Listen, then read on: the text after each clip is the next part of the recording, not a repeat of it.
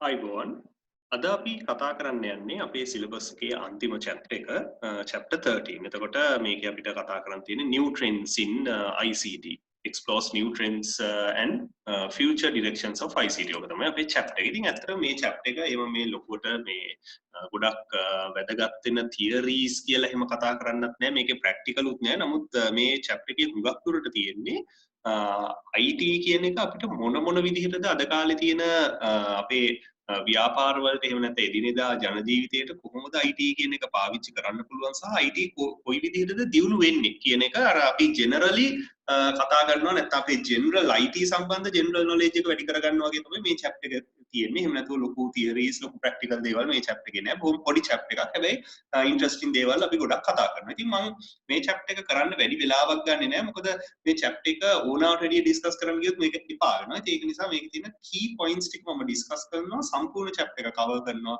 ඊට පස්සේ මේක අපිට past paper questions වලින් ඇත්තටම ගොඩාක් මේ chapter එක පිළිබඳව idea එකක් ගන්න පුළුවන් past paper questions කරනකොට. මොකද ඇත්තටම general knowledge කියන එක ගොඩක් අවශ්‍ය වෙනවා මේ chapter එකට අදාළ questions answer කරන්න. එතකොට එහෙම නැතුව ලොකු theories මේ chapter එකේ නෑ. ඕකේ අපි බලමු මේකේ syllabus එක අපිට මොනවද කතා කරන්න තියෙන්නේ කියන එක. first මේකේ parts තුනක් තියෙනවා. explores new trends මේක යටතේ අපිට කතා කරන්න තියෙන්නේ හුඟක්ම මේ artificial intelligence කොහොමද මේ artificial intelligent computing කියන එක අපි අද use කරන්නේ ඒකේ තියෙන components මොනවාද අන්න ඒ දේවල් තමයි කතා කරන්නේ ඊට පස්සේ software agents ඒ කියන්නේ අපිට පුළුවන් අද කාලේ ගොඩාක් දේවල් automate කරන්න software පාවිච්චි කරන්න manual කරන්න තියෙන ගොඩාක් දේවල් automate කරන්න software agents ලා පාවිච්චි කරන්න පුළුවන් අන්න ඒවා and last topic එක විදිහට දැන් අදටත් අපි පාවිච්චි කරන්නේ මේ one human architecture එකේ computers එතනිමුත් එහාට ගිහිල්ලා මොනවාද අපිට අනාගතයේදී එන්න තියෙන computers අන්න ඒ දේවල් තමයි මේකේ අවසාන section එකේ කතා කරන්න තියෙන්නේ. Okay. syllabus එක ඔය විදිහට තියෙන අපි එහෙනම් පටන් ගමු මේකේ contents ටික.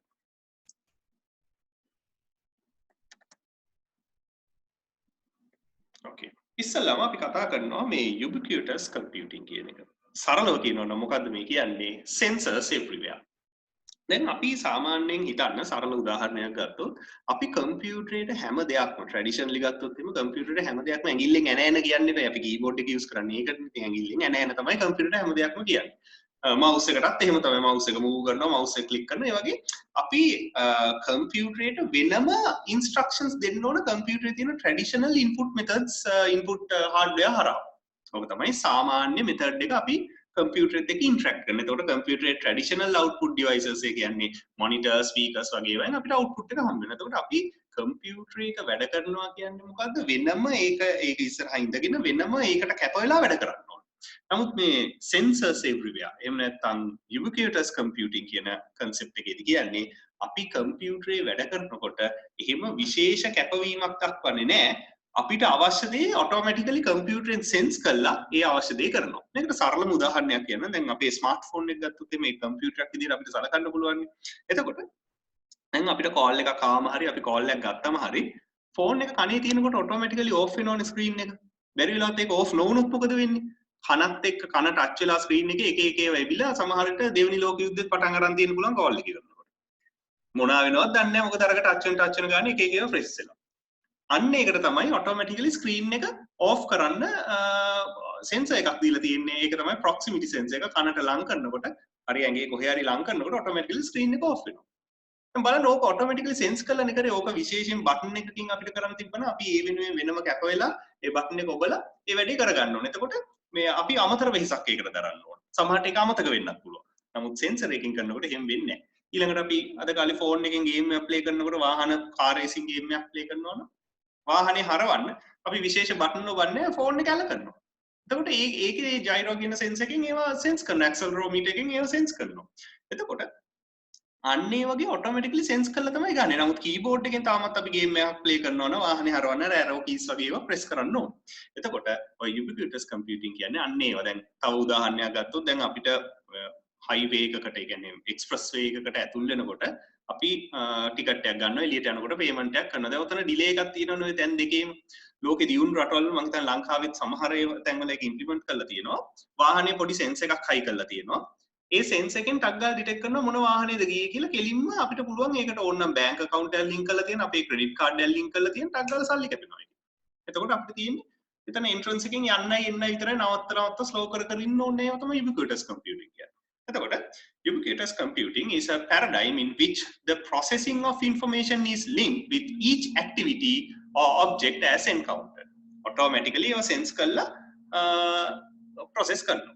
It involves connecting electronic devices, including embedding microprocessors to communicate information. එතකොට හුඟක් වෙලාවට මේ sensors වල data sense කරන්න සමහර විට ඒව එවලෙන් process කරන්න ඒවට වෙන වෙනම microprocessors තියෙන්න පුළුවන් බොහොම power එක අඩු microprocessors. Devices that use ubiquitous computing have constant ability and completely connected. Constant availability and completely connected. එතකොට UbiComp is a concept in software engineering and computer science where computing is made to appear anytime, anywhere. In contrast to desktop computing, ubiquitous computing can occur using any device in any location in any format. And computer කියන එක ඉස්සර ගත්තොත් එහෙම ඒක තියන්න වෙනම building එකක් ඕන. නැත්නම් සාමාන්‍ය desktop computer එකක් laptop එකක් එක තැනක තියාගෙනනේ වැඩ කරන්න ඕන. නමුත් මේ ubiquitous computing sensors එක වැඩ කරන ඒවා එහෙම නෑ. ඒවා සමහරලා හුඟක් වෙලාවට ඒවා mobile devices.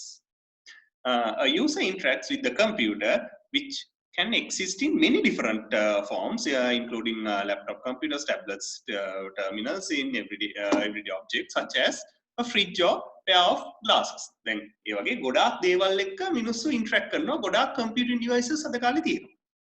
The underlying technologies to support ubiquitous computing include internet, මේකේ connectivity එක තියෙන්න ඕන, advanced middleware, operating system, mobile code, sensors, microprocessors, new input, output and user interfaces, networks, mobile protocols, location, positioning and new materials. එතකොට ඔන්න ඔය වගේ තියෙන්න ඕන සෑහෙන දේවල් ප්‍රමාණයක් මේ ubiquitous computing කියන එක complete වෙන්න. එහෙම වුණොත් තමයි automatically sense කරලා අපේ ඒ කියන්නේ අපේ වෙනම මේ කැප වෙලා computer වැඩ කරන්නේ නැතුව automatically මොකක් හරි දෙයක් වෙන්නේ මේ sensors හරහා. එතකොට ubiquitous computing කියන එක අපි ගත්තොත් සාමාන්‍ය ජනතාව විදිහට හොඳටම use කරන එක තමයි phone එක. බලන්න අපේ phone එකේ කොයිතරම් sensors ප්‍රමාණයක් තියෙනවද කියලා. දැන් phone එකේ video එකක් බලනකොට අපි phone එක අනිත් පැත්ත හැරුවම අනිත් පැත්ත ඒක automatically හැදෙනවා. එතකොට මේ ඔක්කොම sensors වලින් වෙන්නේ. කනේ තියාගත්තම off වෙනවා. ඒ වගේ මේ ඔක්කොම දේවල් වෙන්නේ මොනවාගෙන්ද? sensors වල. එතකොට phone එකක තියෙන sensor දැන් fingerprint sensor එක ගත්තොත් phone එක unlock කරන්න මොකද code ඔබන් දෙන්නේ fingerprint එක තියපු ගමන් එහෙම නැත්නම් facial recognition තියෙනවා. මූණ පෙන්නපු ගමන් unlock වෙනවා. ඒ වගේ ඒ ඔක්කොම මොනවාද? sensors. ඒවා තමයි ubiquitous computing කියලා කියන්නේ. Okay, මෙන්න key features of ubiquitous computing. Consideration of the human factor and placing the paradigm in human rather than computing environment. අන්න මේක තමයි මේකේ තියෙන ප්‍රධානම ලක්ෂණය. ඒ කියන්නේ අර human centered නැත්නම් මිනිස්සයාට ඕන විදිහට මිනිස්සයා වැඩ කරන විදිහට කම්පියුටරේ වෙනස් වෙලා මිසක් කම්පියුටරේට ඕන විදිහට මිනිස්සයා වෙනස් වෙලා නෙමෙයි. දැන් මෙතෙක් කල් වුණේ මොකද්ද? කම්පියුටරේට ඕන විදිහට මිනිස්සයා වෙනස් වුණානේ. ඒකනේ කම්පියුටින් පිළිබඳව වෙනම ඉගෙන ගන්න ඉස්සර කම්පියුටර් එක වැඩ කරන්නත් නිකන් කම්පියුටර් එක වැඩ කරන්නත් පොඩි ට්‍රේනින් එකක් ඒ කියන්නේ පොඩි පොඩ්ඩක් ඒක කම්පියුටර් ක්ලාසස් ගිහිල්ලා කීබෝඩ් එක මවුස් එක ඒවා පුරුදු වෙන්න බෑ. නමුත් අද කාලේ ගත්තොත් ටැබ් එකක් පොඩි බබෙක්ගේ අතට දුන්නා තූ ලස්සනට ඒක වැඩ කරනවානේ. ඒ මොකද? ඒක consideration of the human factor. හරි. එතකොට එහෙම නැතුව දැන් පොඩි බබෙකුට ලැප්ටොප් එකක් දුන්නොත් ඌ දන්නේ ඒක ඔන් කරගන්නවත් මවුස් එක මූව් කරන්න ඒවා තේරෙන්නේ නැහැ. නමුත් ටැබ් එක දුන්නා වැඩ කරගන්නවනේ. මොකද එතන තියෙන ubiquitous computing. එතකොට මනුස්සයාට ඕන විදිහට කම්පියුටර් ඔටෝ ඩිටෙක්ට් කරලා සහ කම්පියුටර් හැඩ ගහලා තියෙනවා. මනුස්සයාට ඕන විදිහට නැතුව මනුස්සයා කම්පියුටරට ඕන විදිහට හැඩ ගහන්නේ නැහැ. Use of inexpensive processor. ඒ කියන්නේ මේ inputs process කරන්න අවශ්‍ය බොහොම පොඩි processing power එකක් තමයි අවශ්‍ය. අපේ phone එකේ තියෙන processor එක උනත් ගත්තොත් ඒක අපේ computer එකේ තියෙන processor එකට වඩා ගොඩක් performance අඩුයිනේ. නමුත් computer එකෙන් කරන හුඟක් වැඩ අපි එකෙන් කරනවානේ. Thereby reducing memory and storage requirements. Capturing of real-time attributes. ඒ කියන්නේ ඉවල්ෙම සිද්ධ වෙන දේ automatically detect කරනවා. real time කියන්නේ ඒකයි. Totally connected and constantly available computer devices focus on many-to-many relationship instead of one-to-one. එතකොට many-to-many කියන්නේ මොනවද? එකපාර many sensors වලින් inputs ගන්නවා many sensors වලින් outputs දෙනවා. දැන් computer එකේ සාමාන්‍යයෙන් අපි එක වෙලාවක input දෙන්නේ එක input device එකකින් එක්ක keyboard එකකින් නැත්නම් mouse එකකින්. In the environment along with the idea of technology which constantly present. Includes local, global or social or personal, public or private, invisible or visible features and considers knowledge creation as well as information dissemination. Disseminate කරනවා කියන්නේ බෙදා හරිනවා. relies on converging internet, wireless technology and advanced electronics. දැන් අපේ phone එක උනත් ගත්තොත් ඒක already නැත්නම් always connected device එකක් නේ. Increased surveillance and possible restriction and interference in user privacies as the digital devices are wearable and constantly connected. එතකොට දැන් ඔය privacy පිළිබඳ ප්‍රශ්නක් එනවා. දැන් ඔය පහුගිය දවස්වල Google company එකකින් US Senate එක ප්‍රශ්න කරා ඒගොල්ලන්ගේ ඒ කියන්නේ privacy violate වෙනවද Google එකෙන් gather කරන data අනුව. උදාහරණයක් විදිහට අපි එක තැනකින් නම් තව තැනකට ගියත් අපේ phone එක සාක්කුවේ තියෙනවා නම් ඒගොල්ලන්ට ගන්න පුළුවන් cellular tower එක හරහා අපේ GPS on කරලා තිබ්බත් නැතත් cellular tower හරහා අවශ්‍ය නම් information ගන්න පුළුවන්. එතකොට අපි Google Maps on කරගෙන කොහෙද ගියොත් ඒව ඔක්කොම track වෙනවා. on කරන්නේ නැතුව ගියත් ඒ track වෙනවා. එතකොට අන්න ඒ වගේ ඉතින් privacy violations වෙන්න පුළුවන්. මොකද අපේ හැම දෙයක්ම upload වෙන හින්දා internet එකට. As technology progresses, the reliability factor of the different equipments used may be impacted. එතකොට reliable devices තියෙන්න ඕන. මොකද reliable devices නැති වුණොත් එහෙම අපි සමහර විට උදාහරණයක් විදිහට හිතන්න Google Maps use කරනවා කියලා අපි වාහනේ හරවගෙන ගිහිල්ලා ටිකකින් නම් ඒක අප්ඩේට් වෙන්නේ හරියන්නේ නැහැ නේ. ඒක reliable වෙන්න ඕන devices. Okay. ඊළඟට අපි බලමු evolutionary computation. and ubiquitous computing තමයි අපි කතා කරේ. ඒ කියන්නේ මොකද්ද? සරලව කියනවා නම් sensors everywhere automatically sensors වලින් detect කරලා human centered විදිහට තමයි මේ ubiquitous computing කියන එක තියෙන්නේ. හොඳම උදාහරණය අපි use කරන device එක mobile phone එක. අද කාලේ mobile phone එක හොඳ ubiquitous computing වලට හොඳ example එක. Okay, evolutionary. Then evolution කියන්නේ මොකද්ද? ඒක දියුණු වෙනවා විකාශනය කියන්නේ. Evolutionary computing is the collective name for range of problem solving techniques based on principles of biological evolution such as natural selection and genetic inheritance. These techniques are being increasingly widely applied to a variety of problems ranging from practical applications in industry and commerce to leading edge scientific research. දැන් උදාහරණයක් විදිහට ගත්තොත් අද කාලේ ඔය apps හරහා වැඩ කරන එහෙම නැත්නම් application based services තියෙනවනේ. උදාහරණයක් විදිහට ගත්තොත් Uber එක ගත්තොත් එහෙම Uber service එක ලෝකෙ තියෙන ලොකුම taxi service එක. ඒගොල්ලන්ට එක taxi එකක්වත් නැහැ. ඒගොල්ලෝ taxi එක drivers ලගෙන් hire කරනවා.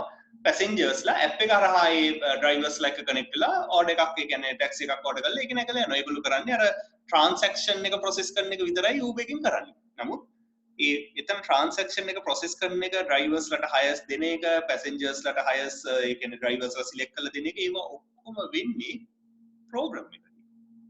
ඇත්තටම artificial intelligence program එකේ. එතකොට ඒ program එක ගත්තොත් එහෙම ඒක දිනෙන් දින දියුණු වෙනවා. ඒ ඇයි දිනෙන් දින එකතු වෙන facts අනුව දිනෙන් දින දියුණු වෙලා වඩා හොඳ service එකක් ඊළඟ දවසේ දෙනවා. එතකොට මේ කම්පියුටරෙත් ඒ කියන්නේ කම්පියුටර් ප්‍රෝග්‍රෑම් එකක් එතනත් ඉවොලුෂන් එකක් තියෙනවා. එන්න එක දියුණු වෙනවා. ඒගොල්ලෝ දියුණු කරනවා සහ ඒකේ තියෙන data වැඩි වෙන ඒගොල්ලන්ට දියුණු කරන්නත් පුළුවන් සහ මේක ඉබේ දියුණු වෙන්න හදන්න පුළුවන්. අර evolutionary computing කියන්නේ අන්න ඒ වගේ concept එකක්. ඊළඟට genetic algorithm එකක් කියන්නේ සාමාන්‍යයෙන් අර දැන් ගත්තොත් එහෙම යම් කිසි ඒ කියන්නේ තියෙන ඒ කියන්නේ අපි හැම වෙලාවෙම user input කරන data මත නෙමෙයි එයා ඒ කියන්නේ මේ application එක run වෙනකොට gather කරගන්න data අනුව automatically මේ application එකත් දියුණු වෙනවා. අන්න ඒ වගේ concept එකක්. In the field of artificial intelligence, genetic algorithm is a search heuristic that mimics the process of natural selection. This heuristic is routinely used to generate useful solution to optimization and search problems. Then හුඟක් වෙලාවට මේ Uber application එකේ මේ වගේ genetic algorithms උන්තරම් තියෙනවා. ඒ කියන්නේ drivers ලගේ movement detect කරලා passengers ලගේ ඒ කියන්නේ needs detect කරලා automatically better solution එකක් දෙනවා. genetic algorithms ඒ කියන්නේ ඒක අර මේ සාමාන්‍යයෙන් දෙයක් automatically ඒ කියන්නේ evolve වෙනවා වගේ හැඩ ගැහෙනවා වගේ මේ application එකක් දෙන service එක හැඩ ගැහෙනවා automatically. software agent. දැන් software agent කෙනෙක් කියන්නේ මොකද්ද? අපි කරන දෙයක් automate කරලා කරගන්න අපි පාවිච්චි කරන අපි වෙනුවට. හොඳම උදාහරණය තමයි අපි ඔය form එකක් fill කරන්න ගියාම අපිට දෙන්නේ captcha එකක් prove that you are not a robot කියලා. ඒ කියන්නේ මොකද්ද? සමහර ආයතන තියෙනවා software agents ලා දාලා ඔය forms auto fill කරනවා.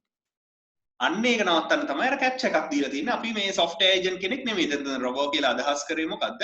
අර මේ නිකන් කම්පියුටර් ඉස්සරහින් ඉඳගෙන ඉන්නේ අකඩෙන් හදපු රොබෝ කෙනෙක් නෙවෙයි මේ software agent කෙනෙක් කියන්නේ. එතකොට software agents ලා අපිට දාන්න පුළුවන් හුඟක් දේවල් automate කරන්න අද කාලේ හුඟක්ම successfully use කරන අවස්ථාවක් තමයි software agent කියන එක customer help එක. දැන් ඔයගොල්ලෝ සමහර Facebook pages වල එහෙම තියෙනවා company එකේ page එක තියෙනවා. ඊයපු ගමන් can I help you what's your problem කෙලින්ම අහනවා message එකකින්.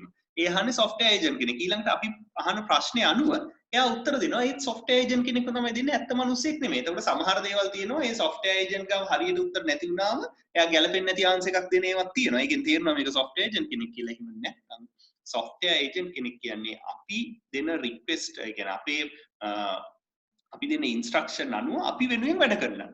දෙයක්. එතකොට අර ආයතනෙන් දීලා දෙන instructions අනුව ආයතනෙ කියලා දෙනවා මේ ප්‍රශ්නෙට මේ උත්තරේ මේ ප්‍රශ්නෙට මේ උත්තරේ දෙන්න කියලා. එතකොට අපි අහන ප්‍රශ්නේ අර වගේ මොනවා හරි contents තිබ්බොත් එයා detect කරනවා මේක තමයි මේ ඇහුවේ කියලා ටක් ගාලා ඒකට උත්තරේ දෙනවා. අන්න ඒවා තමයි software agents කියන්නේ. software agent is a persistent goal oriented. එයාගේ තියෙනවා goal එකක් computer program that reacts to its environment and runs without continuous direct supervision to perform some function for end user or other program. හැම වෙලාවම අපි instructions දෙන්න ඕනේ automatically ඒක වැඩ කරනවා අපි දීලා තියෙන instructions අනුව.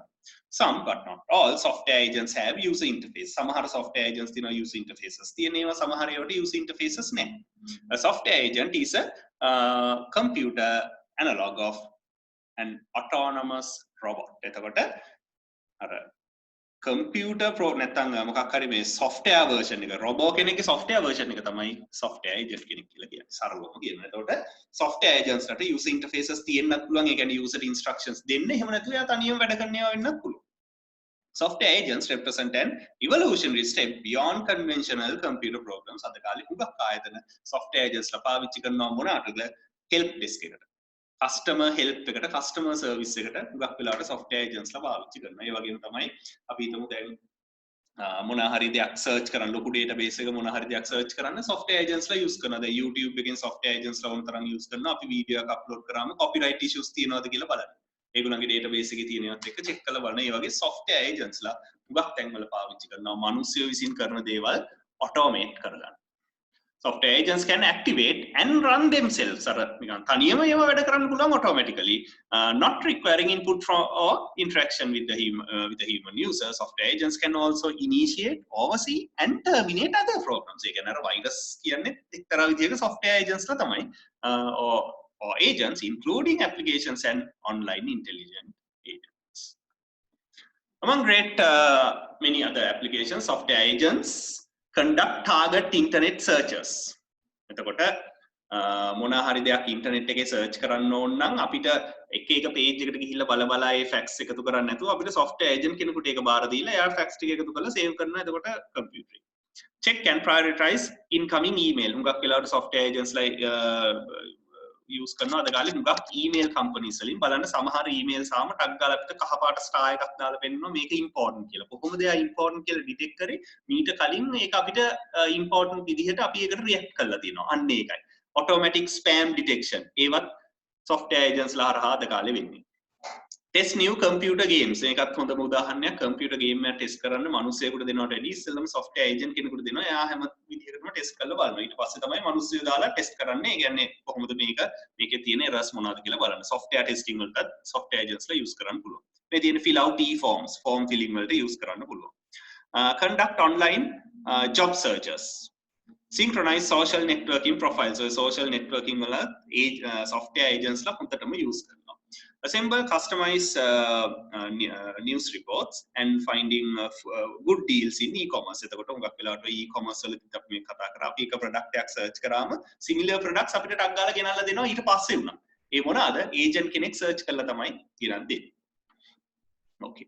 එතකොට මෙන්න software agent කෙනෙක් ගැන බොහොම සරල description එකක් තියෙනවා. එතකොට multi agent system එකක් කියන්නේ මොකද්ද? Computerized system composed with multiple interacting agent systems in a particular environment. එතකොට යම් කිසි program එකක system එකක එක agent කෙනෙක් තියෙන්නත් පුළුවන්. ඒ වගේම agents ලා කීප දෙනෙක් තියෙන්න පුළුවන්. සහ ඒ agents ලා අතර කමියුනිකේෂන් එකක් සිද්ධ වෙන්නත් පුළුවන්. දැන් එතකොට මේ ඒජන්ට්ස්ලා අතර කමියුනිකේට් කරනකොට අපි යූසර් කෙනෙක් විදිහට යූසර් ඉන්ටර්ෆේස් එක කරා ඒජන්ට් එක කනෙක්ට් වෙන්නේ නැහැ. ඒජන්ට්ස්ලා අතර අනිවාර්යෙන් කමියුනිකේෂන් එකක් තියෙන්න පුළුවන් මල්ටි ඒජන්ට් සිස්ටම්ස් වල. ඕකේ. දැන් අපි බලමු AI artificial intelligence කියන්නේ මොකක්ද කියලා. එතකොට දැන් කම්පියුටරේට අපි දෙන හැම ඉන්ස්ට්‍රක්ෂන් එකක් අනුව ඒ කියන්නේ අපි දෙන ඉන්ස්ට්‍රක්ෂන්ස් අනුව විතරක් නම් කම්පියුටර් වැඩ කරන්නේ. ඒක තමයි ට්‍රැඩිෂනල් කම්පියුටර්. ඒ කියන්නේ අපි ලොජික් එකක් දෙනවා. if this then do this else do this අන්නේ විදිහට ලොජික් එකක් දෙනවා. හැම වෙලාවෙම ලොජික් එකක් මත පදනම් වෙලා නෙමෙයි ඊටත් වැඩිය වෙනස් දෙයක් වුණොත් එතකොට කම්පියුටරට නෝමල් කම්පියුටර් එකට ඇක්ට් කරන්න බෑනේ. නමුත් මේ ආටිෆිෂල් ඉන්ටෙලිජන්ට් කම්පියුටිං වලදී වෙන්නේ අපි දීලා නැති ලොජික් එකක් වුණත් තියෙන නොලෙජ් බේස් එකකින් ඒක ඉන්ටර්ප්‍රිට් කරලා අරගෙන ලොජික් එකක් ඇප්ලයි කරලා ඇක්ට් කරනවා. සරලව කියනවා නම් අන්න ඒකයි වෙන්නේ. එතකොට AI is an intelligence exhibited by machines or software. කියන්නේ අර මිනිස්සෙගේ මොලෙන් මිනිස්සෙක් හිතලා වැඩ කරනවා වගේ කම්පියුටරෙත් අපි දෙන දීපු ඉන්ස්ට්‍රක්ෂන් එකක් නැතුව උනත් අවශ්‍ය විදිහට වැඩ කරනවා. It also the name of the academic field of study which studies how to create computers and computer software that are capable of intelligent behavior. Major AI researchers and textbooks define this field as the study and design of intelligent agents. එතකොට මේවට intelligent agents ලා කියලාත් කියනවා. In which an intelligent agent is a system that perceives its environments and tasks actions that maximize its chances of success. එතකොට මේ AI කියන එක අර agents ලත් එක්ක අද කාලේ හුඟක් social media වලින් email servers වලින් AI කියන එක use වෙනවා. හරි. මෙන්න expert system එකක් එහෙම නැත්නම් artificial intelligent computing කියන එක වැඩ කරන හැටි සහ මේකේ තියෙන ප්‍රධාන කොටස් තුන. ඒ තමයි මේකේ තියෙනවා knowledge base එකක්. knowledge base එකක් කියන්නේ facts ටිකක්. අපි provide කරලා තියෙන facts ටිකක්. හැබැයි ඒක develop කරනකොටම provide කරපුවා විතරක් නෙමෙයි ඊට පස්සේ මේ computer program එක වැඩ කරනකොට එයාට ආපු inputs අනුව එයා store කරගත්තු facts ටිකකුත් තියෙන්න පුළුවන්. ඊළඟට තියෙනවා inference engine. මේ inference engine එකෙන් තමයි අර facts මත logic එකක් create කරන්නේ. ඒ කියන්නේ මොකක් හරි දීලා තිබ්බේ නැත්නම් ලොජික් එකක් ඩිරෙක්ට් ලොජික් එකක් මොකක් හරි දෙයකට තියෙන ෆැක්ට්ස් උපයෝගී කරලා ඒකට ලොජික් එකක් හදාගෙන ඒකට රියැක්ට් කරන්නේ ඉන්ෆරන්ස් එන්ජින් එකෙන්. එතකොට යූසර් ගනුදෙනු කරන්නේ යූසර් ඉන්ටර්ෆේස් එක හරහා. එතකොට යූසර්ගෙන් ගන්න යූසර් ඒ කියන්නේ ඉන්පුට් එක ඉස්සෙල්ලාම යන්නේ ඉන්ෆරන්ස් එන්ජින් එකට. ඉන්ෆරන්ස් එන්ජින් එක මොකද්ද කරන්නේ? නොලෙජ් බේස් එකේ තියෙන ෆැක්ට්ස් අනුව ඒකට ලොජික් එකක් හදලා දෙනවා. දැන් උදාහරණයක් විදිහට හිතන්නකෝ දැන් expert system එකක් හදනවා ડોක්ටර් කෙනෙක් රිප්ලේස් කරන්න. එතකොට දැන් ડોක්ටර් කෙනෙක් රිප්ලේස් කරද්දී අපි හිතමු මොකක් හරි COVID-19 කියන වෛරස් එක ආසාදනය වුණොත් ඒකට ඇති වෙන symptoms කියලා ඔන්න facts ටිකක් knowledge base එක already දාලා තියෙනවා. එතකොට කවුරු හරි ඇවිල්ලා කිව්වොත් එහෙම මට මේක තියෙනවා කියලා inference engine එකෙන් බලනවා ඒ කියපු ටිකට match වෙන ලෙඩ මොනවාද කියලා. මොකද ඒ කියපු symptoms ටිකට match වෙන්නේ COVID-19 නෙමෙයි COVID-19 and තව දේවල් match වෙනවා. ඊළඟට එයා තව ප්‍රශ්න ටිකක් අහනවා. එතකොට එකපාරම ආන්සර් එකක් දෙන්න බැරි නම් ඊළඟට inference engine එකෙන් තව මොනවා හරි ප්‍රශ්න ටිකක් user interface එක හරහා දෙනවා. මෙහෙමද රට ගියාද ළඟදී අන්න ඒ වගේ ප්‍රශ්න ටිකක් අහනවා. අන්න එහෙම කරාම එයාට narrow down කරගන්න පුළුවන්. මෙයාට COVID-19 තමයි කියලා. අන්න එතනදී logic එක හදලා දෙනවා. මේ තියෙන්නේ COVID-19 කියලා. හැබැයි එතකොට හිතන්නකෝ අර knowledge base එකේ නැති මොකක් හරි අමාරුවකුත් අර ලෙඩා කිව්වා කියලා. නමුත් narrow down කරා COVID-19 වලට. එතකොට දැන් මොකක් හරි දෙයක් කියලා තියෙනවා. එයා ඒක knowledge base එකට දා ගන්නවා. ඊට පස්සේ අපි හිතමු තව ලෙඩු COVID-19 කියලා මෙයා diagnose කරපු ලෙඩු 10-15 දෙනෙකුගෙම ඒ මොකක් හරි symptom එකක් කිව්වා. අපි හිතමු වම් අත රිදෙනවා කියලා ඒ හැමෝම කියලා තියෙනවා. මොකක් හරි අලුත් symptom එකක්. එතකොට ඔන්න ඔය වගේ knowledge කීපයක් එකතු වුණාම එයා හදා ගන්නවා COVID-19 වල අලුත් symptom එකක් තමයි වම් අත රිදීම. ඒකත් දා ගන්නවා knowledge base එකේ. ඊට පස්සේ කවුරු හරි වම් අත රිදෙනවා කිව්වොත් ඔන්න එයාව narrow down කරන්න ලේසි COVID-19 වලට. එතකොට inference engine එකේ මොකද්ද කරන්නේ? knowledge base එකේ තියෙන facts logic නෑ. if this then do this එහෙම නෑ facts ටිකක් තියෙන්නේ. ඒ facts අනුව logic එකක් හදන්නේ inference engine එකේ. එතකොට user interface එක හරහා තමයි අර non expert user කෙනෙක් ගනුදෙනු කරන්නේ. knowledge base එක fill කරන්නේ human experts ලා විසින් තමයි initially knowledge base එක fill කරන්නේ. එතකොට මේ knowledge base එක වැඩි වෙන තරමට expert system එක expert කෙනෙක් වෙනවා සරලවම කියනවා. එතකොට මේක agent කෙනෙකුට apply කරාම මේවා expert agents ලා වෙනවා. okay මෙන්න expert system නැත්නම් artificial intelligent computing කියන concept එක. okay ඊළඟට මේ Kenside engineering කියන එක මේකත් මේ හුඟක් වෙලාවට මේ artificial intelligent වගේම ඒ කියන්නේ මේ develop කරපු ජපානෙන් develop කරපු concept එකක්. එතකොට මේක ගැන මම වැඩි කතා කරන්න යන්නේ නැහැ. ඔන්න slide එක තියෙනවා. මම මේ slides ටිකක් දෙන්නම් නිකන් බලා ගන්න. ඕකේ. දැන් ඔතනින් එහාට අපි මේකේ දේවල් ගැන අපි කතා කරන්න යන්නේ නැහැ. අපි ප්‍රශ්න හරහා තමයි ඊතුරු දේවල් ටික කතා කරන්නේ. හරි. දැන් අපි එනම් past paper questions ටිකක් බලමු. ඕකේ. අපි දැන් බලමු මේ 2019 paper 2 part B එක. එතකොට part B එකේ third question එක. මේකේ part A එක අපි කරා මොකද්ද e-business වලට අදාළව, ඒ කියන්නේ chapter 12 වලට අදාළව තමයි මේකේ part A එක තියෙන third question එකේ. හැබැයි part B එක තියෙන්නේ මේ AI එහෙම නැත්නම් agent multi agent system එකකින් තමයි දීලා තියෙන්නේ. කියන්නේ chapter 13 වලින් දීලා තියෙන්නේ. ඕකේ. මෙන්න question එක අපි නම් බලමු ඉස්සලා මොකද්ද question එක කියලා. Multi-agent systems can be useful when complex system interactions are implemented. The following diagram shows a simplified version of a multi-agent system that manages the secure access to the server room of a data center. Okay, අපි බලමු මොනවාද මේකේ තියෙන්නේ කියලා. systems engineer ඉන්නවා, keypad තියෙනවා. ඒ keypad එකෙන් agent 1ට input එකක් යනවා. එතකොට ඒකේ user interface එකක් තියෙනවා. ඒ වගේම තමයි keypad එකට output එකකුත් යනවා B කියලා agent 1 ගේ. ඊළඟට agent 1 database එකෙන් read and write කරනවා C කියන්නේ ඒක. ඊට පස්සේ agent 1 agent 2 එක 2ට input එකක් දෙනවා. agent 2 database එකට write කරනවා විතරයි. සහ agent 2 තමයි CCTV camera එකකින් read and write කරන්නේ agent 2 එක. Okay. A brief scenario of the usage as follows. All authorized system engineers must use their access code or keypad එක type කරන්න එක වෙන්නේ නැති, which is a 6-digit number to enter the restricted server room. When the access is granted to the server room, a set of mobile CCTV cameras start recording the server area. එතකොට තමයි access එක දුන්නායින් පස්සේ තමයි මේ CCTV camera වැඩ කරන්නේ server room එක ඇතුලේ. The processed data of CCTV inputs are saved in database. Interactions are shown using ABC PQR. Okay. Identify the agent that with no user interactions, again self-autonomous in this setup. මෙයානේ agent 2 තමයි user interactions නැත්තේ. එයා තනියම වැඩ කරන්නේ අර අනිත් agent ගෙන් එන input එකක් අනුව තමයි එයා තනියම වැඩ කරන්නේ. එහෙම නැත්නම් access දුන්න access දෙන්නේ agent 1 එතකොට agent 1 access දුන්නම එයාගෙන් එන command එකක් අනුව තමයි වැඩ කරන්නේ. එයාට user interactions නැහැ. Sense compute control is a widely used three-step design style in agent based system implementation. ඒ කියන්නේ මොකද්ද? sense කරනවා. sense අර ubiquitous computing කියන්නේ ඒක තමයි sense කරනවා process එකෙන් process කරනවා ඒක තමයි compute කියන්නේ ඊට පස්සේ control. From A, B and C interactions separately, identify and write down the most suitable interaction arrow to represent each step. Sense, compute and control. A, B, C වලින්. එතකොට C, where C? එතකොට sense කියන එක දැන් මෙතන කියන්නේ මේ යා කරන්න කියන එක වගේ දෙයක් නේ. From ABC interaction separately identify and write down the most suitable interaction arrow to represent sense, compute and control. එතකොට මෙයා sense කිරීමක් නේ කරන්නේ. A කියන්නේ sense කිරීමක්. ඊළඟට C කියන්නේ control එකක්.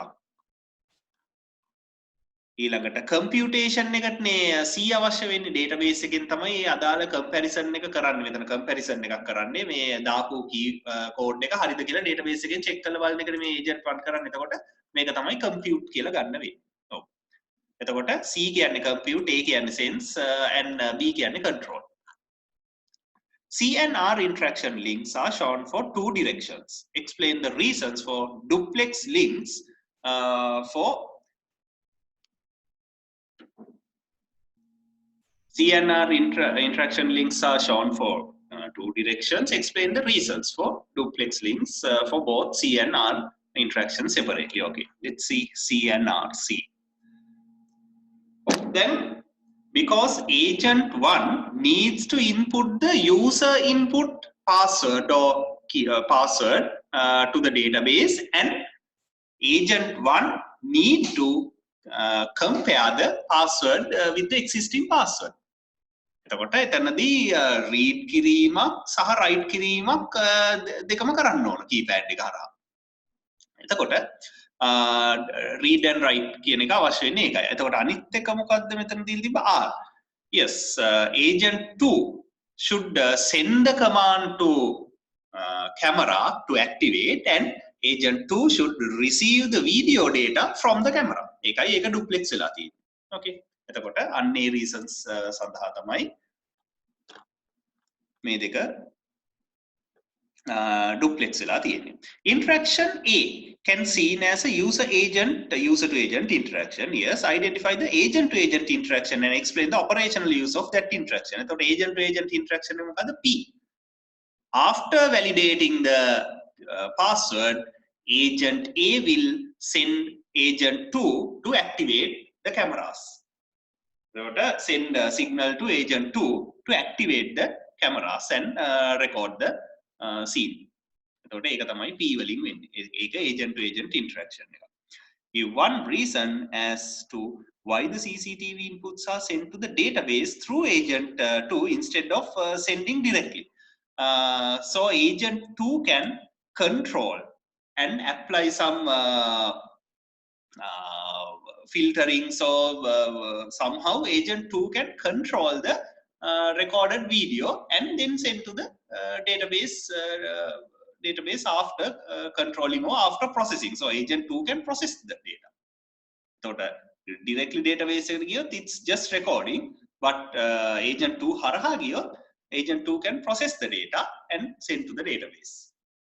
process කරනවා කියලා කියන්නේ මොනවාද? මොනවා හරි controls මොනවා හරි දාලා තියෙනවා නම් ඒව apply කරන්න. ඒ වගේ conditions දාලා තියෙනවා මේව apply කළා database එකට දාන්න පුළුවන්. Okay, හරි අපි බලමු answers ටික marking scheme එකේ කොහොමද කියලා. 2019 third question part B.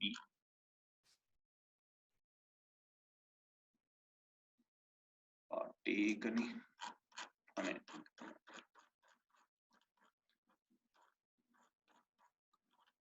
තියෙන්නේ. එතකොට දැන් අහලා තිබ්බ ප්‍රශ්න මොනවාද?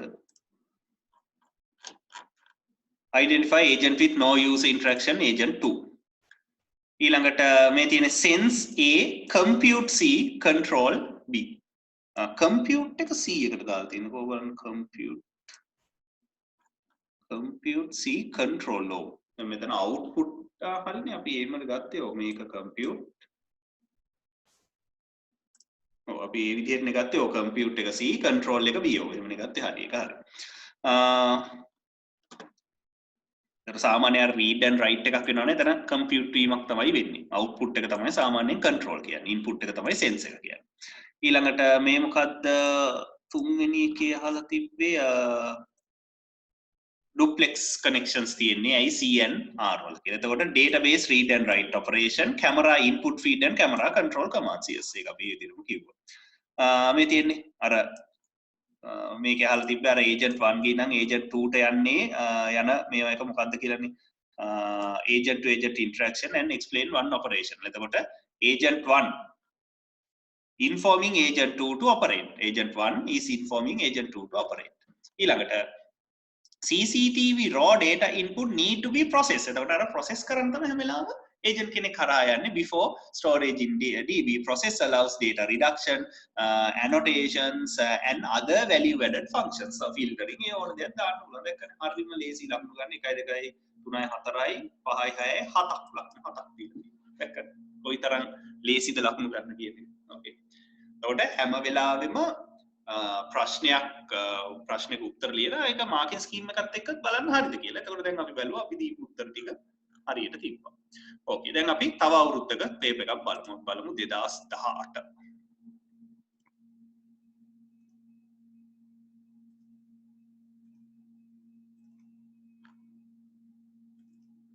ඒකෙත් ප්‍රශ්නයක භාගයක් ඇති අහලා. part B එකේ තමයි හුඟක් වෙලාවට අහන්නේ.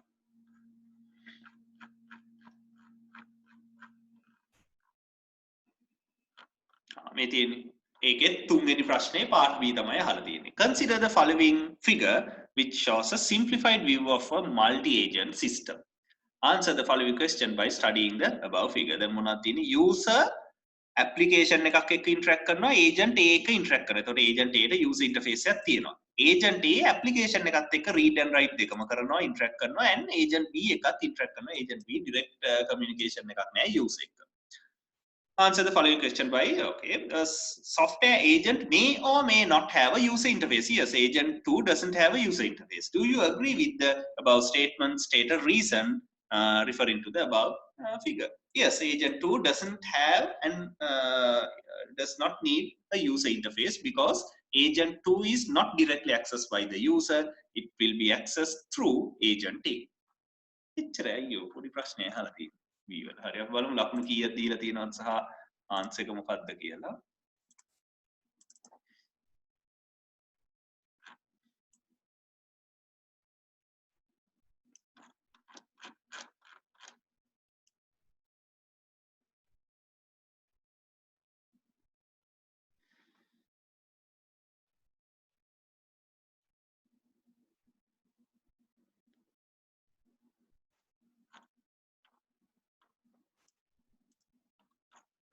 ඔව් ඉතින්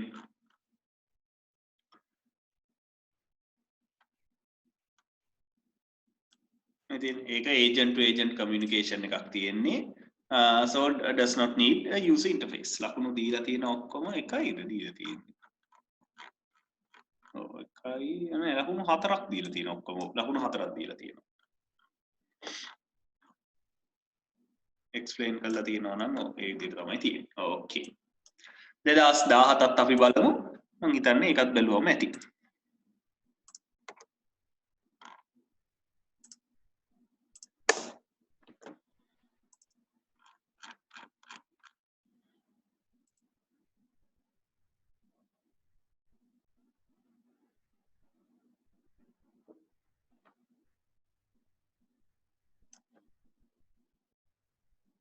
e-commerce මේක අපි කරා. ඔව් අන්න ඒකේ අන්තිම පාර්ට් එක අහලා තියෙනවා. ඒ කියන්නේ මොකද්ද මේ state health authority මතකනේ අර ප්‍රශ්නේ state health authority decided to conduct an awareness program as an online service through internet to reduce dengue infection by transmission of the virus through mosquitoes. This service provides information on how to adopt dengue control approaches such as cleaning the environment, destroying non-essential containers that provide larval habits, etc. in order to minimize mosquitoes propagation. Okay. එතකොට මේක මොකද්ද government එකෙන් citizens ලට දෙන service එකක්. එතකොට ඒක අපි කතා කරා. අපි මේ part එක තියලා බලමු. An expert system is proposed to develop policies to find the owners of locations where dengue mosquitoes have been detected. එතකොට expert system එකක් develop කරලා තියනවලු dengue mosquitoes identify වෙච්ච තැන්වල මිනිස්සුන්ට අයිතිකාරයන්ට දඩ ගන්නවා. Accordingly, experts in Attorneys General Department and Epidemiology, කියන්නේ වසංගත රෝග නිවාරණ එක unit consultant ඒ දෙන්නව consult කරනවා. මේක හදන්න system. State key contributions that are expected from each expert to develop the knowledge base of the expert system. එතකොට අපි කතා කරා expert system එක knowledge base එක fill කරන්නේ experts ලා human experts ලා තමයි initially fill කරන්නේ.